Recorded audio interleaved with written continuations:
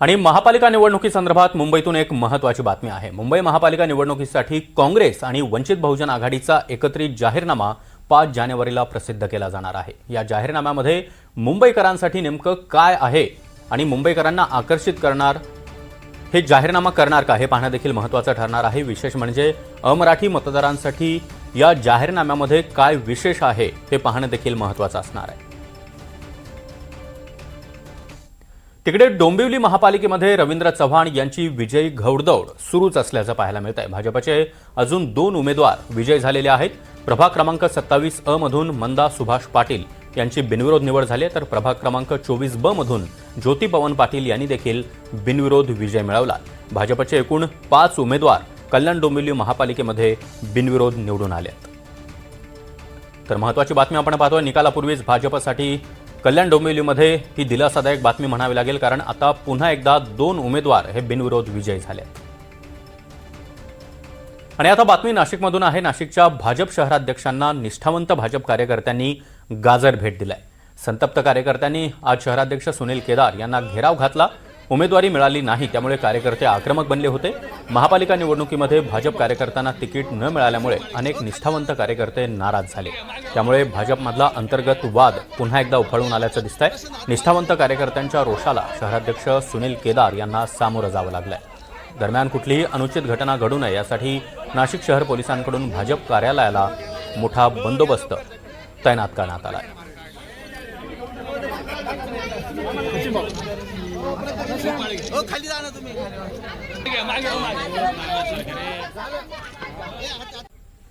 तिकडे जळगाव महापालिकेमध्ये महायुतीचा 3रा आणि शिवसेनेचा 2रा उमेदवार बिनविरोध निवडून आलाय। डॉक्टर गौरव सोनवणे यांचा पाठोपाठमध्ये आता प्रभाग क्रमांक 9 ड मधून मनोज चौधरी हे देखील बिनविरोध विजय झालेले आहेत। त्याचमध्ये काल भाजपच्या माजी महानगराध्यक्षा उज्ज्वला मोहन बेंडाळे यांनी देखील प्रभाग क्रमांक 12 म मधून बिनविरोध त्यांची निवड झाली होती। त्यामुळे भाजपनं महापालिकेमध्ये आता खातं उघडलं आहे। यानंतर आज 18 मधून शिवसेनेचे डॉक्टर गौरव सोनवणे यांची देखील बिनविरोध निवड झाली आहे। त्यामुळे अजून एका शिवसेना शिंदे गटाचा उमेदवार बिनविरोध निवडून आला आहे। पुण्यामध्ये एका उमेदवारानं प्रतिस्पर्ध्याचा एबी फॉर्मच गिळून टाकल्याचा धक्कादायक प्रकार समोर आलेला होता। प्रभाग क्रमांक 36 अ मध्ये शिवसेनेकडून चुकून 2 उमेदवारांना एबी फॉर्म देण्यात आले। त्यामुळे शिवसेनेचे उमेदवार उद्धव कांबळे यांनी आणि मच्छिंद्र ढवळे यांच्यामध्ये जोरदार वाद देखील झाला। या वादादरम्यान उद्धव कांबळे यांनी मच्छिंद्र ढवळे यांचा एबी फॉर्म हिसकावून घेतला, तो फाडला आणि गिळून टाकला। फॉर्म खाणाऱ्या उद्धव कांबळेंवर अखेर गुन्हा दाखल करण्यात आला आणि उद्धव कांबळे आता पोलिसांना शरण गेलेले आहेत। मात्र आपण एबी फॉर्म फाडल्याची कबुली त्यांनी दिली आहे, मात्र तो गेला नाही असं आता कांबळे यांनी म्हटलंय। की तुमचा जो प्रतिस्पर्धी आहे उद्धव कांबळे यांनी तुमचा फॉर्म एबी फॉर्म फाडलेला आहे।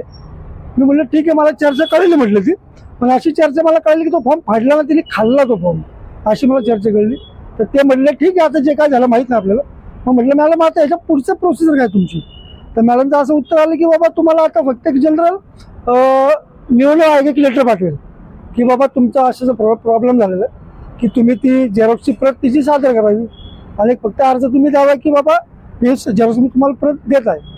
आता मला नव्हतं माहिती त्यांनी एबी फॉर्म भरला, मला ते आज कळलं की त्यांनी त्यांचा एबी फॉर्म भरला, पण त्यांनी आज माझा फाडला। आता मला काही कल्पना नाही, पण कसं आहे ते आमच्याच पक्षातले माझे चांगले मित्र आहेत, जे मला काय त्यांची काय असं वाईट नाही कुठलं, पण जनरल आता जे काय असेल तो पक्ष रॅली आहे।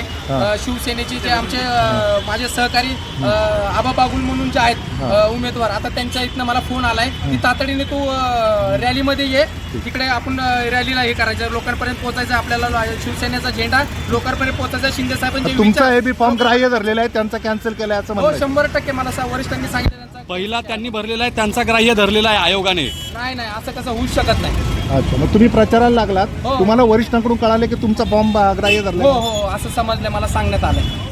नाराज इच्छुकांची आपण समजूत काढण्यामध्ये प्रयत्नशील आहोत आणि त्यांची समजूत काढण्यामध्ये आम्हाला यश येईल असं आशिष शेलार यांनी म्हटलंय। वळूया पुढच्या बातमीकडे। मुंबई काँग्रेस दिल्लीतल्या हायकमांडसोबत संपर्कात असल्याची माहिती आता समोर येते।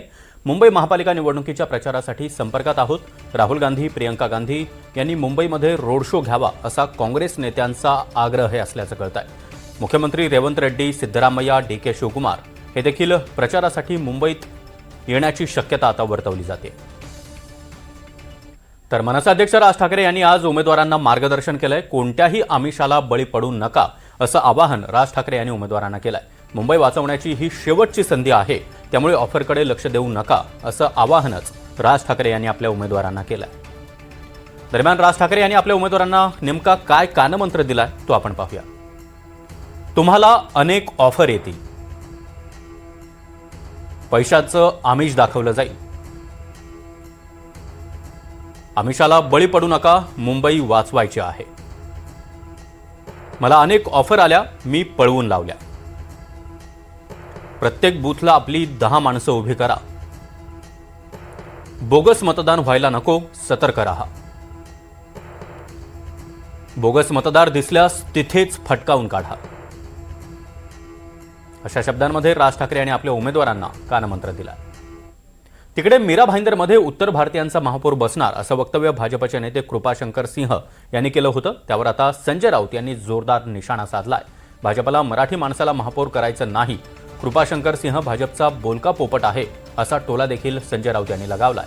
त्यावर आता भाजप प्रवक्ते आणि नगरसेवक पदाचे उमेदवार नवनाथ बन यांनी देखील पलटवार केलेला आहे. संजय राऊत स्वतः पोपटलाल आहेत असा टोला बन यांनी लगावलाय.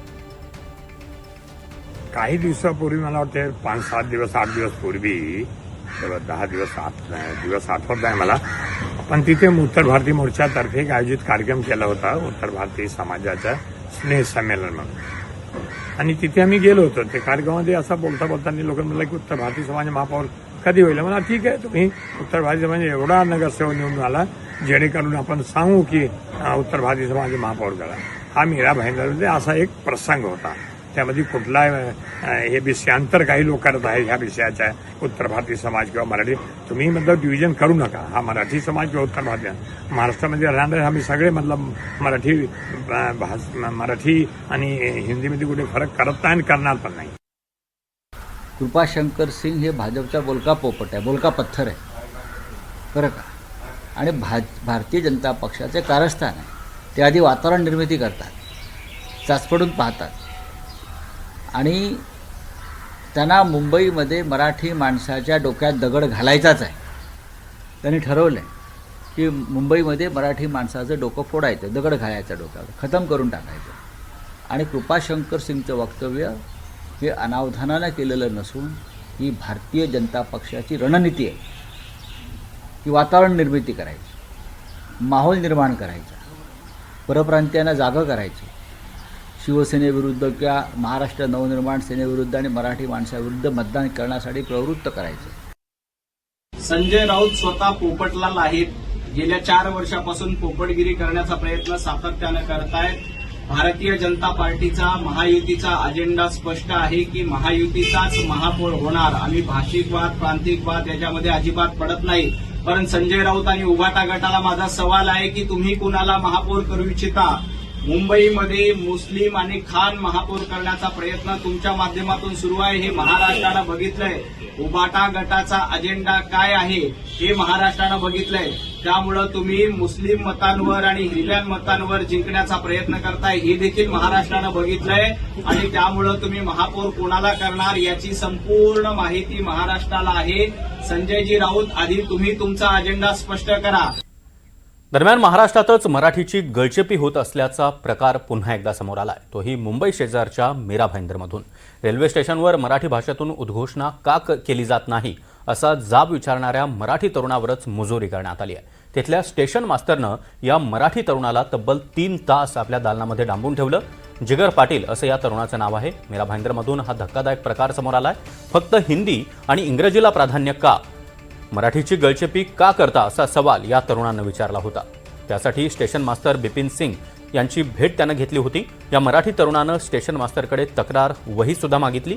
तेव्हा संतापलेल्या स्टेशन मास्टरनं मराठी नहीं है तो हम क्या करेंगे असा उलट सवाल केला. तो एवढ्यावरच थांबला नाही तर रेल्वे पोलिसांना त्यानं बोलावलं. थांब तुला दाखवतो अशी धमकी देखील स्टेशन मास्टरनं या मराठी तरुणाला दिली. त्यानंतर या मराठी तरुणाला त्यानं आपल्या दालनामध्ये डांबून ठेवल्याचा आरोप देखील करण्यात आला आहे. तर मराठी तरुणावर भाईंदरमध्ये स्टेशन मास्टरनं केलेली मुजोरी आता समोर आली आहे. करायचं ना, सर्वात मोठा गुन्हा आहे, सर्वात मोठा गुन्हा आहे. मेंटली हॅरेसमेंट घ्या तुम्ही 2 घंटे बसून दोन घंटे का बसतो सर्वात मोठा गुन्हा त्याला कायदा शिकवतो, कायदा माहिती नाही त्याला. या ऑफिसरला बोलवा ना, त्याने अभ्यास नाही केला त्याचा. बोलवा त्यांना, त्यांच्यासमोर प्रकार घडला इथला आणि हे बोलतात की नाही हे तिकीटसाठी हा थांबलो. त्यांनी कंप्लेंट केली, त्याच्यानंतर हे सर्व ऑफिसर आले इथे मला घ्यायला. वानखेडे साहेब ते त्यांना म्हणताय की असे आपण तक्रार नाही करू शकत, ते त्यांना सांगतायत, ते म्हणतात नाही लिहिले देखते कैसे काय हे काय आगाऊपणा हो. जबरदस्त म्हणजे कायद्याला तुम्ही एकदम हे करून टाकलं यांना का? कायदा आहे की नाही राज्यामध्ये एवढं आम्हाला सांगा फक्त. जर कायदा कायद्याला गुंडाळलं या लोकांनी. तर या व्हिडिओच्या माध्यमातून गृहमंत्री साहेबांना सांगू इच्छितो की बाबा कायदा नियम आहे ते नियम प्रमाणे कारवाई केलं पाहिजे की नाही. एक सर्वसामान्य माणूस आला तुम्हाला तक्रार बुक मागितली, तक्रार द्या, संपला विषय. तो रोज तक्रार करू शकतो.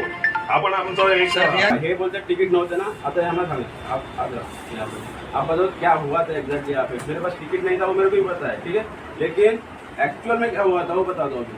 आप सब इनको इन्होंने फोर्स किया कि नहीं जबरदस्ती कंप्लेंट लो. हे काय तिकीट नव्हते हे कशाला बोलतोय? वर्माजी, तिकीट आहे तुझ्याकडे. जॉबसाठी तुम्हाला परत वर्माजी हा झालेला जो प्रकार आहे, अधिकारी तुम्हाला परत एक माणूस तक्रार करायला येतो आणि त्याला इथे 2-2.5 तास बसून ठेवतो. हे योग्य आहे का, तुम्हाला योग्य वाटतंय का? हा अधिकारी आहे ना, स्टेशन मास्तर आहे ना, यांनी काय केलं पाहिजे, तक्रार करायची, तक्रार लिहून घेतलं पाहिजे आणि ठीक आहे जाऊ दे. त्याचं काय झालं होतं ते एसी जे फाईन घेणार होते मला जेव्हा कुठे माहिती याचं काय होतं पण आज सकाळची तिकीट कापत होतं ना साहेब, आज सकाळची तिकीट कापत होतं की नाही? तिकीट आणि प्रवासाचं तिकीट वेगवेगळं आहे ना, आम्हाला नियम वेगळा आहे. तो भाग समजला. भाजपने अनेक महापालिकांमध्ये मुस्लिम बहुल भागात उमेदवारच दिला नसल्याची बाब आता समोर आली आहे. त्यावर शिवसेना ठाकरे गटाचे नेते संजय राऊत यांना प्रश्न विचारला.